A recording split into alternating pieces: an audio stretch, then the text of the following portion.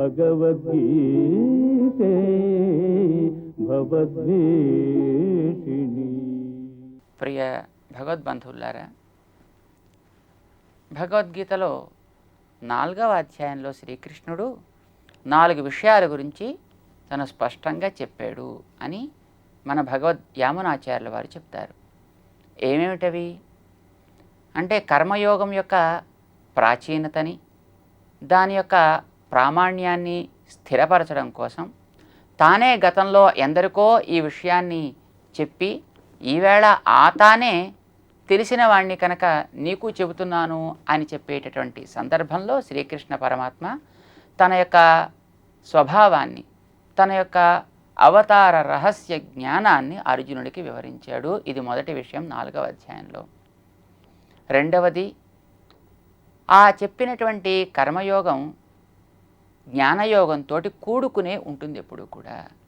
కనుక కర్మ జ్ఞానము ఇవి రెండు కూడా విడదీయడానికి వీలు కాదు. చేసేటటువంటి కర్మలనే తను జ్ఞానం కింద సంస్కరించుకుని ఆచరించవచ్చును. అది ఏ విధంగా ఉంటుంది అంటూ కర్మలలో అకర్మత ఎలా సిద్ధిస్తుంది అనే విషయాన్ని వివరిస్తాడు. ఇది రెండవ విషయం.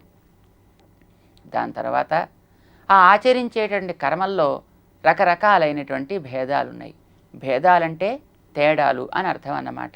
అవి ఎన్ని రకాలుగా ఉంటాయి అనేటటువంటి విషయాన్ని 4వ అధ్యాయంలో 3వ విషయంగా తను వివరించాడు. ఆ తర్వాత చేసే కర్మకి వెనకాతల ఉంటుంది అని చెప్పినటువంటి జ్ఞానం ఎంతెంత బాగా పెరిగితే అంతంత వీడికి అది శ్రేయస్కరమని, ఆ జ్ఞానం యొక్క మహాత్మ్యం ఏమిటి అనేటువంటి విషయాన్ని కూడా ఈ 4వ అధ్యాయంలో తను వివరిస్తాడు. ఈ 4 విషయాల్ని కూడా 4వ అధ్యాయంలో స్వామి తను చెప్పాడు. అందులో తన యొక్క అవతార రహస్య జ్ఞానాన్ని ఎట్లా చెప్పాడో మనం గతంలో తెలుసుకున్నాం. చేసేటటువంటి ఆచరించేటటువంటి కర్మ అకర్మగా ఎట్లా మారుతుంది అంటే, కర్మ అనేది దేహంతో చేయాల్సినటువంటి పని, జ్ఞానం అనేటటువంటిది ఆత్మ చేయాల్సినటువంటి పని. జ్ఞానం అనేటటువంటిది లోపల సాగేది, కనిపించనిది. కర్మ అనేది బయటకు ఉండేటటువంటి ఇంద్రియాలతో సాగించేటటువంటిది. కనుక దీనికి దానికి సంబంధం ఏమిటి? కర్మ అకర్మ క్రింద, అకర్మ కర్మ క్రింద ఎట్లా అవుతుంది అని కలిగినటువంటి సందేహానికి సమాధానం 4వ అధ్యాయంలో ఆ తర్వాత శ్రీకృష్ణుడు వివరించాడు. ఆ వెనకాతల అకర్మగా మారడానికి కావలసినటువంటిది ఏం చేస్తే అంటే, ఆ కర్మ వెనకాతల కర్మను సంస్కరించేటువంటి జ్ఞానం ఏ విధంగా సాగాలి అనేటువంటి విషయాన్ని తను చెప్పి, ఆ జ్ఞానాన్ని సాధించేటటువంటి ఒక క్రమాన్ని తను చెప్పాడు. మొట్టమొదట దేహము ఆత్మ ఇవి రెండు ఒకటి కావు, వేరు అనేటటువంటిది ముందర స్పష్టంగా తెలియాలి. ఇది మొట్టమొదట. రెండవది, తను చేసేటటువంటి ఆ పనుల యందు తనకి రకరకాలుగా కలిగేటువంటి కోరికలని మానాలి. ఇది తర్వాత చెప్పాడు. కోరికలని తను మానిన తర్వాత, దైహికమైనటువంటి కోరికలు మానిన తర్వాత ఏదో ఒకటి కోరకుండా అయితే ఉండలేడు. కనుక ఆ కోరవలసిన నిత్యమైనది ఏదో దాన్ని కోరుకో. నిత్యమైనది ఆత్మ కనుక ఆత్మకాముడివి కా. అంతేకాదు, ఆత్మను కోరుకుంటూ వీటితో తృప్తి పడడం ప్రారంభించినా మళ్ళీ ఆత్మలాభం తనకి కష్టం కనుక, ఆత్మ నిత్యమైనది కనుక దాని నుండి తృప్తి పొందడం ఏ విధంగానో తెలుసుకోమని చెప్పాడు. ఈ ఆత్మ తృప్తుడివి కావాలి అంటూ నిత్యతృప్త అని, నిత్యమైన ఆత్మ యందు తృప్తి కలవాడు కావాలి అని చెప్పాడు. అయితే దాని యందు తృప్తి కలగడానికి ఆటంకంగా రకరకాల విషయాలు ఉంటాయి ప్రకృతిలో. అవి ఎప్పుడూ నువ్వు దూరం చేయడానికి వీల్లేదు. అయితే విషయాల్ని దూరం చేయలేవు కనుక విషయములు యందు ఉండేటటువంటి చింతనని దూరం చేయి అని తను చెప్పాడు. అంటే అసలు విషయాలంటే మనకి రకరకాల శబ్దాలని ఇచ్చేటటువంటి వస్తువుల్లో ఆ శబ్దాల వైపు ఆకర్షించేటువంటి ఒక యోగ్యత ఉంది. అలాగే స్పర్శలలో, రూపాల్లో, రసాల్లో, గంధాల్లో ఇవి కలిగిన వస్తువులు వాటి యొక్క ఆ శబ్ద స్పర్శ రూపరస గంధాలు మనకు చూపిస్తూ ఇవే మనం పొందాలి. ఇవి పొందపోతే ఎట్లా? అసలు వీటితోనే కదా మనం పుట్టింది, వీటినే కదా మనం అనుభవించాల్సింది, వాటితోనే కదా మనం పెరిగేది. ఇలాంటి భావన కలిగించి వాటి వైపు మనం లాగుతూ ఉంటాయి. కనుక వాటిని నువ్వు వదిలిపెట్టి దూరంగా ఎక్కడో ఆకాశంలోకి ఎగిరిపోలేవు. కనుక వాటి మధ్య ఉంటున్నా వాటిని సంతతము తలుస్తూ మనస్సుని వాటి యందే లగ్నం చేయడం అనేటటువంటిది మాను. అంటే వాటి యందు ఇవి నాకు ఆనందాన్ని ఇచ్చేవి, ఇవి నాకు అనుభవించే సాధనాలు, వీటిని అనుభవించే వస్తువులు ఇవి అనేది ఆ ఇంద్రియాల మీద, భోగ్య వస్తువుల మీద దూరంగా వదిలిపెట్టు. ఇవి భగవంతుడు ఇచ్చిన పరికరాలు, తన చేరడం కోసం తానిచ్చినటువంటి ఏవో కొన్ని రకాలైనటువంటి భోగ్య వస్తువులు మాత్రం అని అనుకుంటూ వాటిని అనుభవించడం ప్రారంభించు అని చెప్పాడు ఆయన. దాని తర్వాత అవి ఎట్లా అనుభవించాలి అని అంటే, ఇవన్నీ భగవద్దత్తాలని కనుక నువ్వు భావించినట్టయితే నీకు ఆ చింతన, విషయ చింతన అనేటువంటిది సరైన మార్గంలో పడుతుంది అని ఎదురుచ్ఛాలాభ సంతుష్ట అనేటువంటి దాంట్లో చెప్పాడు. దాని తర్వాత ఆ లభించేటటువంటి భగవద్దత్తములైనటువంటి విషయాలను అనుభవించేటప్పుడే ఏడుస్తూ ఏం చేస్తామండి ఇది అనుభవించక తప్పుతుందా అని అలాగా దుఃఖపడుతూ అనుభవించడం కాక, ఇది భగవంతుడి యొక్క ప్రీతి కలిగేటట్టుగా నువ్వు వాటిని అనుభవించడం కూడా నువ్వు తర్వాత నేర్వవలసింది అంటూ సాధన దశలో మరొక మెట్టుని మనకి అర్జునుడికి శ్రీకృష్ణుడు చూపిస్తున్నాడు. గత సంగస్య ముక్తస్య జ్ఞానావస్థితచేతసః యజ్ఞాయాచరతః కర్మ సమగ్రం ప్రవిలీయతే. యజ్ఞాయ ఆచరతః కర్మ సమగ్రం ప్రవిలీయతే. తను ఉపదేశం చేస్తున్నాడు. చేసినటువంటి కర్మ అంతా వీడికి నిశేషముగా ఏమాత్రం వీడికి ఫలితం కలిగించకుండా, వీడి మీద ఏ దుష్ప్రభావాన్ని చూపించకుండా, తన వైపు వీడిని ఆకర్షించి బంధించకుండా ఇదంతా కూడా ఏ విధంగా నశిస్తుంది. పని చేస్తూ ఉండాలి, తప్పదు, శరీరం ఉంది కనుక చేయాల్సిందే. చేసినా తనకి మాత్రం ఎక్కడ బంధకం కాకూడదు. అవుతుంది అట్లాగా, ఏ కొంచెం అవుతుందా పూర్తిగా అవుతుందా, సమగ్రం ప్రవిలీయతే, పూర్తిగా నశించిపోతుంది, ఏం ప్రమాదం లేకు. ఎప్పుడు యజ్ఞాయ ఆచరత కర్మ, యజ్ఞము కోసం అని కనుక నువ్వు ఆచరించగలిగితే. ఎక్కడికి వచ్చాడు మళ్ళీ మనకి 4వ అధ్యాయంలో అసలు మొట్టమొదటి ప్రారంభం చేసింది దాంతో. దానికి ముందు 3వ అధ్యాయంలో సహయజ్ఞై ప్రజా సృష్ట్వా పురోవాచ, అసలు ఈ సృష్టి జరిగిందే అబ్బాయి మానవులందరినీ కూడా తను యజ్ఞంతో పాటు సృజించాడు అని ప్రారంభించాడు. గతన మనకి జ్ఞాపకం ఉంటుంది. మనిషి జీవితానికి యజ్ఞములే చాలా ప్రధానమైనవి అని మన గతంలో తను చెప్పాడు.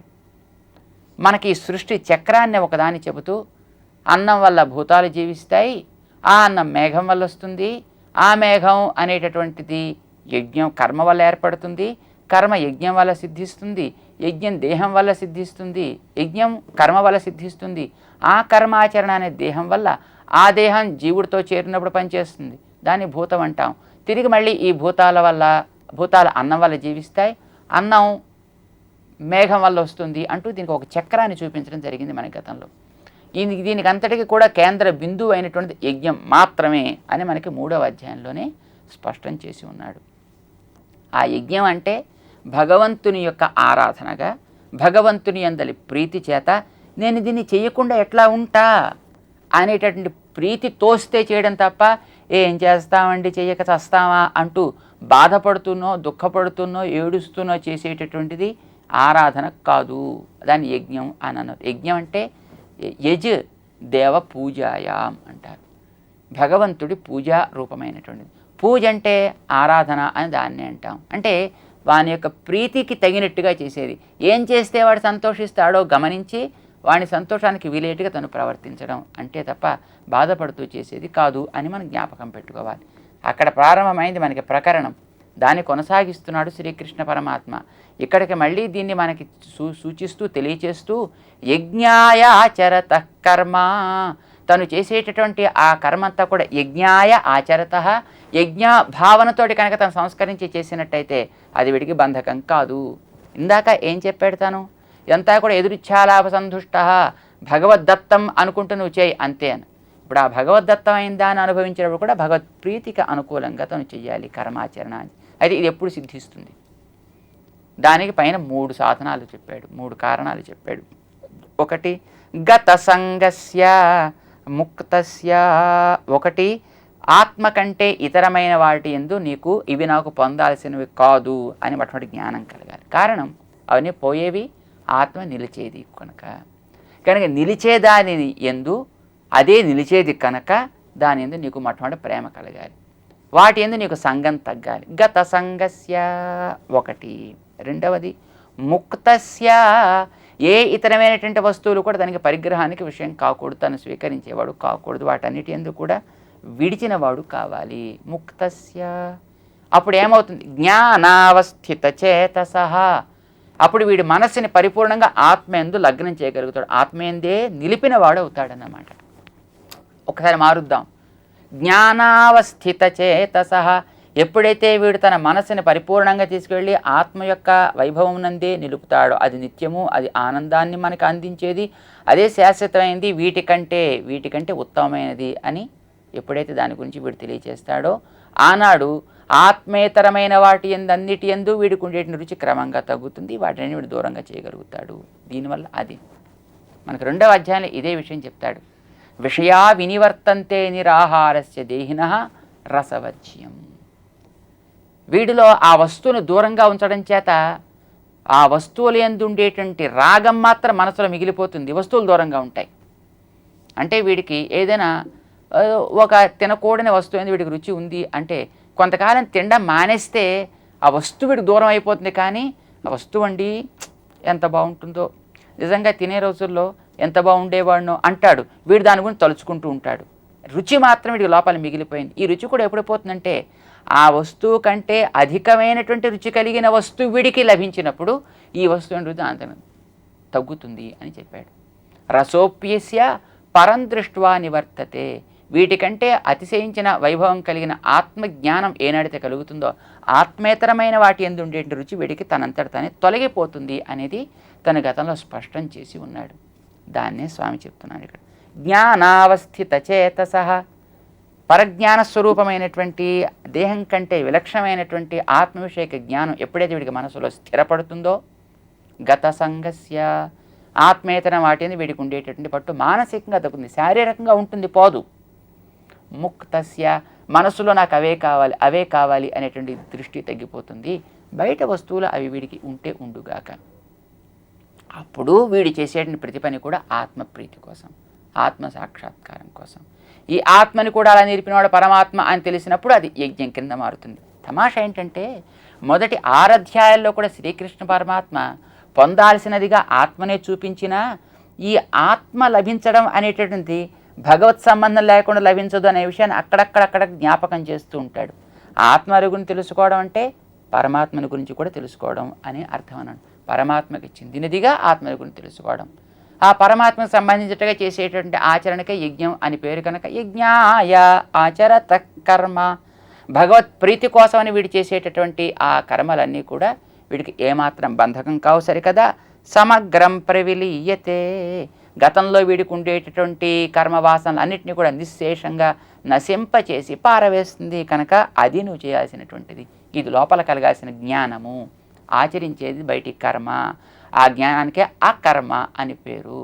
భగవత్ సంబంధమైన కర్మ అని మనం అనుకున్నామే గతంలో, దాన్ని స్పష్టం చేస్తున్నాడు. దీనికి మరొక స్పష్టమైనటువంటి రూపాన్ని ఈ పైన స్వామి మనకి బ్రహ్మార్పణం అనేటిని శ్లోకంలో ఇస్తాడు. అదేమిటో కూడా తెలుసుకుందాం. జై శ్రీమన్నారాయణ.